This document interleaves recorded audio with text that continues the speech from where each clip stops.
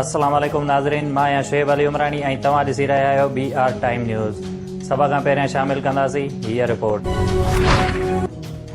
कराचीअ जी एहतसाब अदालत fisherman cooperative सोसाइटीअ जे अॻूणे चेयरमैन निसार मोराईअ खे गैर क़ानूनी भर्तियुनि वारे रेफरेंस में 11 साल क़ैद ऐं 15 लाख रुपया ॾंड जी सज़ा ॿुधाए छॾी।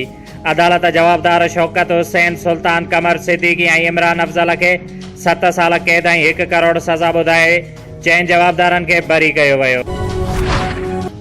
कराचीअ जी दहशतगर्द तोड़ अदालत PTI अॻवान हलीम आदिल शेख खे मलीर में हद दख़लियूं हटाइण दौरान पुलिस ते हमले वारे केस में जुडिशनल रिमांड ते जेलो माणे छॾियो।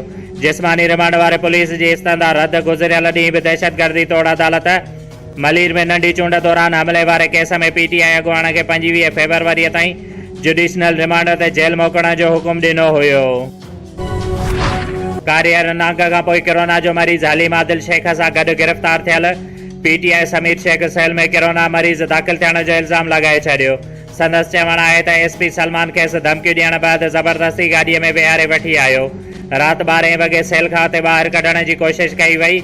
हलीम आदिल शेख जो चवणु आहे त वॾो वज़ीर मुराद अली शाह ऐं संदसि साथारी पुलिस समीर शेख खे कूड़े मुक़ाबले में माराइणु चाहिनि था। इलेक्शन कमीशन इन 75 सियालकोट ते नंढी चूंड दौरान प्रिज़ाइडिंग ऑफिसर वोट जे बैक्स समेत गुम थियण ते नतीजा रोके छॾिया। इलेक्शन कमीशन जे तर्जुमान 20 पोलिंग स्टेशन्स जा नतीजा तब्दील थियण जी तस्दीक कंदे चयो आहे त राति देर ताईं केतिरा ई भेरा प्रिज़ाइडिंग ऑफिसर सां राब्ते जी कोशिशि कई पर नाकामी मिली।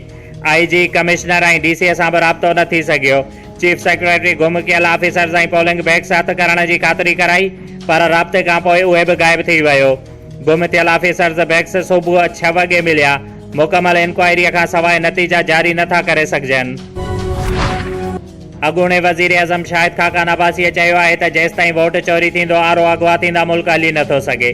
सियालकोट जे तक इन 75 जी नंढी चूंड दौरान 20 पोलिंग स्टेशन्स जा नतीजा चोराया विया। मीडिया सां ॻाल्हाईंदे नून लीग अॻवान चयो त नाइंसाफ़ीअ जो निज़ाम हली नथो सघे।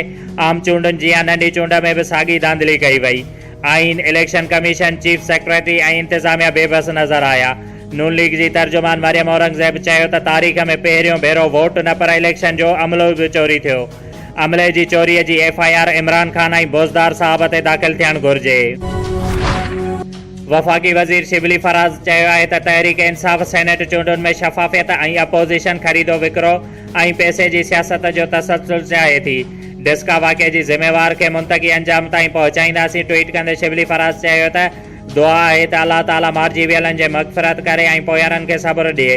डिस्का वाक़ियो सबूत आहे त नून लीग धांधली, तशद्दुद ऐं गुंडागर्दीअ जी सियासत ते यकीन रखे थी। पंजाब जे वॾे वज़ीर जी ख़ासि मुआविन फिरदौस आशिक़ एवाणे इन 75 सियालकोट ते PTI उम्मीदवार जी कामयाबीअ जी दावा करे छॾी। फिरदौस आशिक़ एवाण जो चवणु आहे त तक जे समूरनि 360 पोलिंग स्टेशन्स जे नतीजनि मूजिबि PTI उम्मीदवार 7,827 वोटनि जी सरसे सां कामयाबी माणी। नून लीग शिकस्त पंजाब में पंहिंजे सियासी मौत जो परवानो जारी थियण खे रोकराइणु घुरे थी। इलेक्शन कमीशन फौरी तौर चूंड नतीजा जारी करे। सूबाई वज़ीर नासिर शाह चयो आहे त सॼे मुल्क में नंढी चूंडुनि में PDM में शामिल पार्टीज़ जे उम्मीदवारनि जी कामयाबी हुकूमत ख़िलाफ़ अवामी रेफरेंडम आहे। हुक्मराननि जी नाअहली नालाइकी पंहिंजनि खे नवाज़ण वारी पॉलिसी अवाम जो जीअण जंजाल बणाए छॾियो आहे। नंढी चूंड में PTI जी शिकस्त ख़ान साहब लाइ ख़ामोश पैगाम आहे त हाणे हू घर हलियो वञे। पंहिंजे बयान में नासिर शाह चयो त हलीम आदिल शेख जी एतिरी औकात न आहे त बिलावल भुट्टो संदसि बारे में सोचे। नवाबशाह जे इलाइक़े ताज कॉलोनीअ जे रहवासी अज़ीज़ुल्लाह सोलंगी, असलम सोलंगी, सकीना ऐं हमीदा सां गॾु नवाबशाह प्रेस क्लब ॿाहिरां एहतिजाजी मुज़ाहिरो कंदे दाईंदे चयो त गुज़िरियल राति जवाबदारनि ज़हीर, गफ़ूर, रिंद ऐं ॿिया 3 मालूम माण्हुनि मूंखां मोबाइल फ़ोन, रोक रक़म ऐं सोना ज़ेवर फुर करे फ़रार थी विया आहिनि ऐं असांजे घरनि ते पिणु कब्ज़ो करणु चाहिनि था। जंहिं ते उन्हनि चयो त जवाबदारनि ख़िलाफ़ कार्रवाई करे असांखे इंसाफ़ फराहम कयो वञे।